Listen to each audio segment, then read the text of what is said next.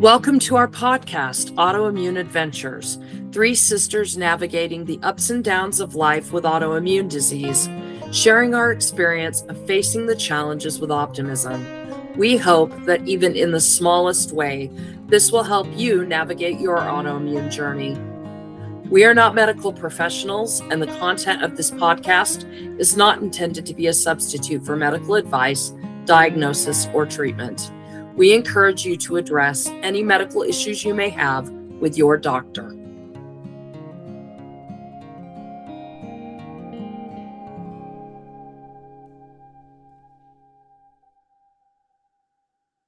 Hey everyone, welcome to another episode of Autoimmune Adventures. Today is a very important and sensitive topic. We are going to be talking about infertility and miscarriage and how autoimmune diseases can play a role in these experiences. We know that this is a tough topic, but it's one that many people with autoimmune disease face, and it's important that we talk about that. We want to acknowledge that if you're listening and this is something that you have experienced, we see you and we are here to offer information and support. First, our Good Bit Minute. Exciting advancements are bringing new hope to women struggling with infertility linked to immune system issues. Research shows that identifying and treating underlying immune-related factors can significantly improve pregnancy outcomes. More doctors are recognizing this connection, so fertility care is beginning to evolve to include specialized testing and targeted treatments. Women should be encouraged to advocate for comprehensive evaluations, as early diagnosis can really open doors to personalized solutions. This wave of awareness is not just transforming individual lives, it's revolutioning how reproductive health is approached. It is offering optimism and new beginnings to countless families. Before we really start, I just wanted to share that I have personally experienced multiple pregnancy losses, and I know firsthand how heartbreaking and isolating it can feel. This episode, ladies and gentlemen, is difficult for me because it is something I have a deep, very clear understanding of. And if you'd like to hear a little bit more about that, please feel free to refer back to episode 2 when I talk a little more about my own personal experiences. But today we wanted to take it not from my standpoint, but from the standpoint of the greater good for everyone involved. As the song from Les Mis says, there's a grief that can't be spoken, there's a pain goes on and on. And these words really resonate because loss like this is so hard to put into words. But as difficult as my journey was, and as many of your journeys have been, I'm incredibly grateful to see how far things have come since I started to try and grow my own family. When I was going through this, there was so little awareness about how immune system issues could impact fertility, and doctors rarely looked beyond the basics. I felt like I was just being told to keep trying without being given any real answers. Now, there's so much more understanding, better testing, more targeted treatments that give people real hope. And it makes me very happy to know that women today have better access to knowledge, support, and medical options than ever before. If you're going through this, or if you have experienced a loss, I want you to know that you're not alone, and there's more help out there than ever before. You deserve answers, and you deserve a doctor who listens. And we're here to have this conversation with you so that we can offer support and remind you that there is hope. Exactly. A lot of people don't realize the deep connection that there is between autoimmune diseases and reproductive health. It's honestly huge. When the immune system mistakenly attacks the body's own tissues, it can affect the organs responsible for conception and pregnancy, which makes it harder to conceive or sustain a pregnancy. Today, we'll break down that connection, discuss some of the challenges, and highlight ways to cope and find hope on this journey. And just to emphasize that we want this episode to be a source of encouragement for those of you that are in the trenches with this right now. If this topic is emotional for you, we encourage you to reach out to a trusted healthcare provider, a friend, or a support group. You don't have to go through this alone. And in the future, we hope to bring in guests who have personal experience with infertility and miscarriage related to autoimmunity, because hearing real stories can be incredibly powerful and validating. And we have actually had comments from some of you about wanting to hear more on this topic. So let's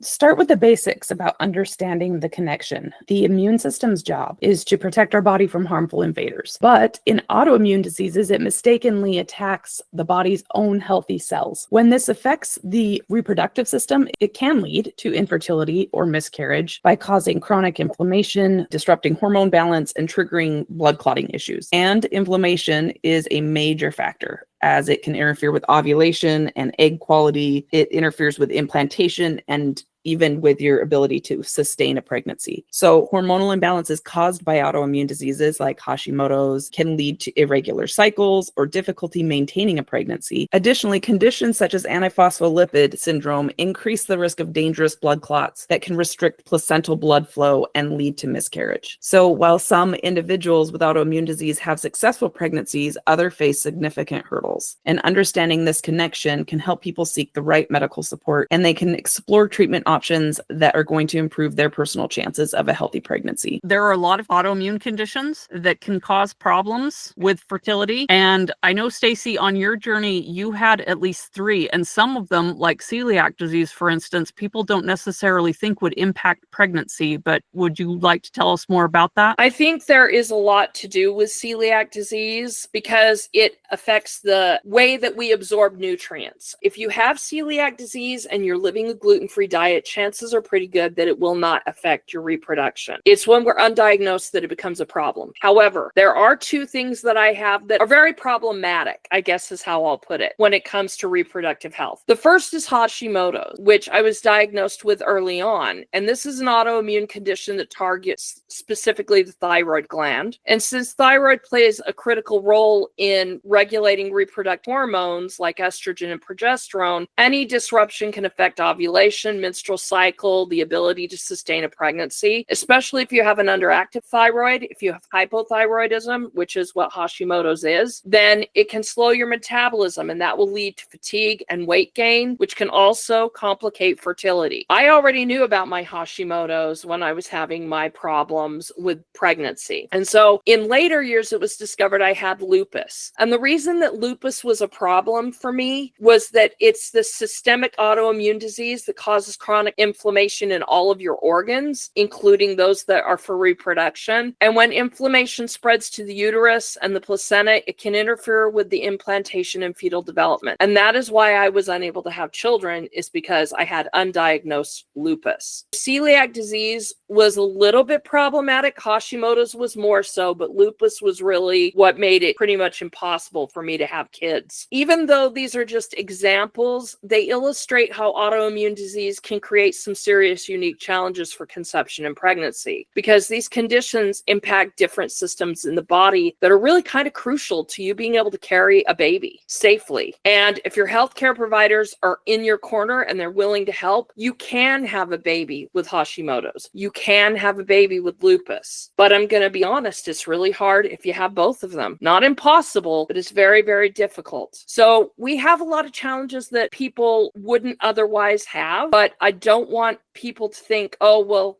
Stacy wasn't able to have kids, so I won't be able to have kids. That's simply not true. A lot has changed in the last 15 years since I actively been trying to have kids. So I want everyone to understand that the world is a very different place now. There's other things we need to be concerned with as well. Becky, can you tell us a little bit about endometriosis? Yeah, this is one that I battled for a long time before I had to have a hysterectomy. After I had breast cancer, I went through premature menopause, and it was kind of the nail in the coffin that I wasn't going to be able to have kids. And so that was when it was decided. But I had battled for well over a decade before that with endometriosis. It's technically not always labeled as an autoimmune disease, although it does have a connection to autoimmunity. But the problem with endometriosis is it still triggers an abnormal immune response, leading to inflammation, scarring, tissue growth outside of the uterus. This causes a lot of pain. It disrupts your reproductive functions, and it creates significant fertility challenges. Fortunately, again, if it's discovered, if it's diagnosed, there's a lot that they can do. These adhesions that often block the fallopian tubes or cause ovarian cysts, it can impact the egg quality. The inflammation that interferes with it interferes with implantation. And studies show that about 50% of women with endometriosis actually struggle with infertility. There's also a higher risk of miscarriage and pregnancy complications like ectopic pregnancies or preterm birth for people that have endometriosis. endometriosis. But that said, like I mentioned, many people that have endometriosis can go on to have successful pregnancies, whether they get hormone treatments or medical support like surgery or IVF. I remember this has been a couple of decades, so it's probably even improved now, but I remember my OBGYN saying that more than 70% of people that got treatment for their endometriosis were able to very successfully conceive. So again, it's about getting that diagnosis and getting it taken care of. I think another important condition to mention, the antiphospholipid syndrome, it's an autoimmune disorder that causes the blood to clot more easily than it should. So that is especially problematic during pregnancy because you need proper blood flow. That is essential for having a healthy placenta. So if blood clots form when they don't need to, they can reduce oxygen and nutrient supply to the baby. And that's going to also increase the risk of miscarriage and stillbirth and preeclampsia and other complications. So APS is a leading cause of recurrent pregnancy loss. But the good news is that with proper diagnosis and treatment, often involving blood thinners like aspirin or heparin, many women with APS go on to have successful pregnancies. These examples highlight how closely autoimmunity and reproductive health are linked. So if this is something that you are struggling with, you've got to work with your medical professionals. You're going to probably need a team of several doctors if you are trying to conceive and carry a pregnancy. If it's something that you want to do in the future, take care of yourself now. Get into your doctors now. Start treatment now. Because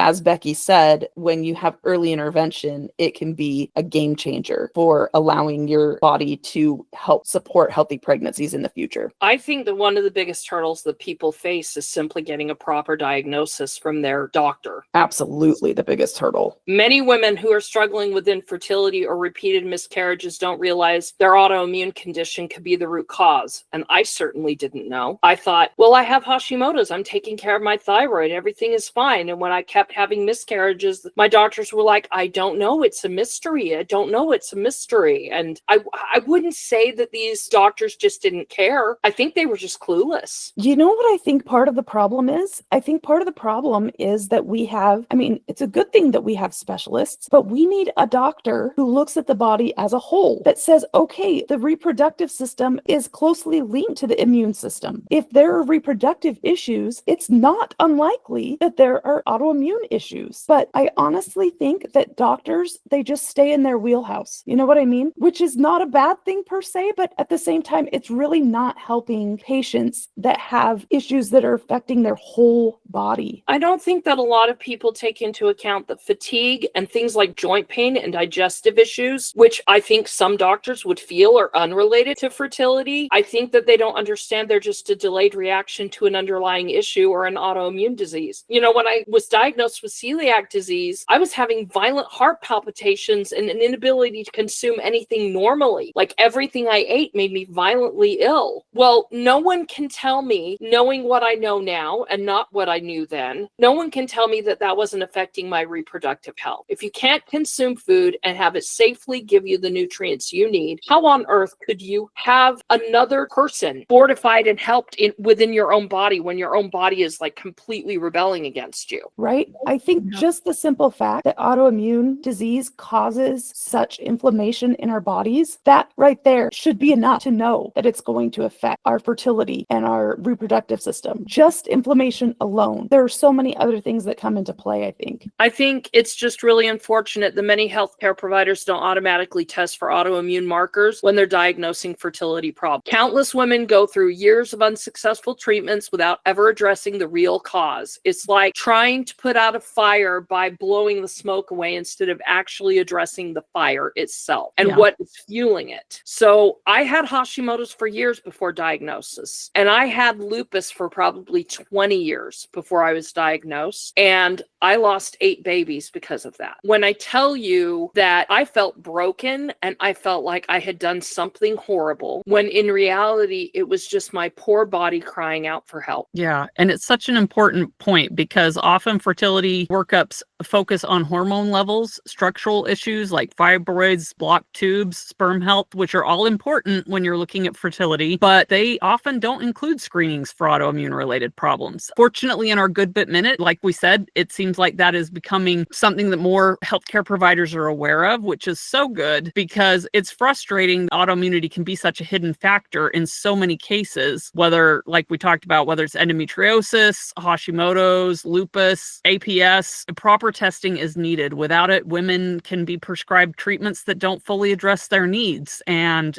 it could continue their struggles and emotional distress. We're here to tell you again, like we always say, advocate for yourself. If you've had miscarriages or you're struggling with a pregnancy and you have some of these symptoms, go in and ask, get answers, fight for it. If your doctor is not listening to you, find another doctor. And I know we don't say that lightly. It is hard to find good doctors. It is a pain. Sometimes it takes weeks, months to get into them. But if this is something you're struggling with, it is absolutely worth it. Advocate for yourself and get somebody who is going to be on your team and help you find an answer. Yeah, Becky's totally right. You have to advocate for yourself. It is so crucial. So if you suspect that there's an autoimmune component to your reproductive struggles and you go to your doctor, try to educate yourself beforehand. Do your research beforehand so you have an idea of what you're talking about and what you're asking for, because you might need to specifically request certain tests that maybe they won't think to look for. And don't be afraid to ask your doctor to run tests that they don't suggest. They work for you. You might want to consider testing ANA, your anti-nuclear antibody levels, thyroid panels, antiphospholipid antibody tests. You're going to want to maybe look for markers of systemic inflammation, CRP or ESR. Some doctors, they just really don't routinely test for those things in fertility workups. So be informed, be proactive. It really can make all the difference. The more information you have and the better equipped you are when you go in to talk to a doctor and find a treatment plan that's going to work for you, whether that's medication, lifestyle change, or a combination of all of that, it's going to put you in a better place to find those answers that you need. And your healthcare team might just take it a little more seriously when you go in there and say, listen, I have done my research. I think this may be a problem. I would like to test. I would like to figure out what is going on. And don't take no for an answer. Don't take I don't know for an answer either. You deserve answers, and your healthcare team should take your concerns seriously. We've talked a lot about how to be proactive so that you can have a successful pregnancy, or so that you can at least attempt to put everything you can into having a successful pregnancy. But as someone who is sitting on the other side, this is what I need you to understand. Beyond all these physical challenges, infertility and pregnancy loss take an immense emotional toll. The grief that you feel, the guilt, the anger, the frustration, they are very common. And when you combine these with the struggle of living with an autoimmune disease, it's extremely overwhelming. And one of the hardest parts that we have is isolation. When I lost my third baby, my two best friends at the time were pregnant. Both of them had successful pregnancy. Those beautiful babies are turning 17 this year. And I'm here to tell you, I felt very alone. And even though they love me, they could not possibly fill the void that I felt. It isn't easy to talk about this. And those of us who have experienced it, I don't know that anyone who hasn't can really truly understand. People can be there, they can support us, they can love us, but they cannot possibly know the gaping void that we have in our heart and our soul, and not just in our heart and soul, but the pain that we feel, because in my case, I wanted my husband to be a father, and now he couldn't do that. I wanted my friends and my sisters and brothers to be aunts and uncles to my kids, and now they will never have that. And guys, I don't want to make this sound simple, because it's not. And if you're hurting and you're angry, you are allowed to be angry. But you need to remember that there has to be something after the anger. You cannot dwell in it forever. It will eat you alive. So that is where you learn to be proactive, and you learn to help other people. And that is why I am here today, because I don't want anyone to ever feel the pain that I felt. I don't want anyone to ever feel as powerless as I felt while I was trying so hard to have a family. And guys, remember, your grief is your grief. And for those of you that are having infertility or losing babies and having miscarriages because of autoimmunity, it's a double grief. You have grief because if you do get the diagnosis, you're going through the normal grief that happens of being diagnosed with an autoimmune disease that literally changes your life. And that is a very different grief than losing a baby or being unable to conceive one. Like I said, everybody's grief is different. Don't let other people tell you how to define your grief, whether it's for the autoimmune disease or for yourself. I know for me, I am a stepmother of 3 children who I love and adore, and I am so grateful for. But that does not change the fact that I had a lot of grief about the fact that I was never able to get pregnant. It doesn't mean that I love my children any less, and I have had some people try to convince me that it's okay because I was able to be a mom. I am grateful that I was able to be a stepmom, but recognize that people aren't always going to understand your grief. It's yours and it's okay. And part of that isolation, we're hoping you won't feel isolated when we say there are people out there, your grief is unique to you, but at the same time, there are people who have had similar experiences who see you, we love you, we support you, and we want better for you than we had for ourselves. Professional counseling can be invaluable as you're dealing with your grief. A therapist specializing in fertility issues can actually help you navigate the emotional ups and downs, because losing babies and even just the horrible battle of going through infertility, or in some cases, people that have adoption placements that fall through, whatever it is, that grief of losing what you're trying to gain when you're already struggling with losing your health, get somebody on your team that can help you deal with that. You don't have to go through it alone. If you're struggling with infertility or miscarriage due to autoimmunity, seek support, explore different paths to help you move forward. Healing is not linear. It's not a switch that you flip. It is going to be something that is a lifetime. Stacy and I are living proof of this. We are a few decades past when we were in the thick of, in her case, having miscarriages, and in my case being infertile and not being able to have babies. But it impacts you. It's still there decades later. That grief does not go away. You learn how to deal with it in your life, but it is always there. And the key is getting that help so you can learn how to move forward. Be kind to yourself. Hold on to hope, because it is out there. Remember, you are not alone. We're going to just put another plug in for advocating for yourself. When it comes to our health, especially our reproductive health, advocating for yourself is absolutely crucial. You deserve a doctor who listens and understands the connection between autoimmunity and reproductive health. Finding that doctor, one who's going to take your concerns seriously and work with you on a personalized plan, can be difficult, but it can also make the world of difference. Don't hesitate. Ask questions. Don't hesitate to look for a second opinion. Don't hesitate to push back and find the care that you need. We'll share additional resources in the show notes, including support groups and expert recommendations. But if you are going through this, please know that we're here for you. Reach out to a trusted friend, a support network, a healthcare professional. You deserve understanding and support and the best possible care. Thank you for tuning into Autoimmune Adventures. We hope that this episode has provided comfort and insight and an understanding that you truly are not alone if you're going through this. This episode was inspired by my own journey, the journey of my sister Becky, and the experience of friends from my miscarriage support group who specifically requested it. We would love to hear from you. Let us know what topics you would like to explore. We're here to bring you the information that matters most to you. So visit us at autoimmuneadventures.com, where we have included over a page of resources in our show notes so that you can find help for yourself or a friend in need of support. And always remember, you are worthy of joy. No matter what your body chooses to do to you, you can choose joy. Your disease does not define your life. You do.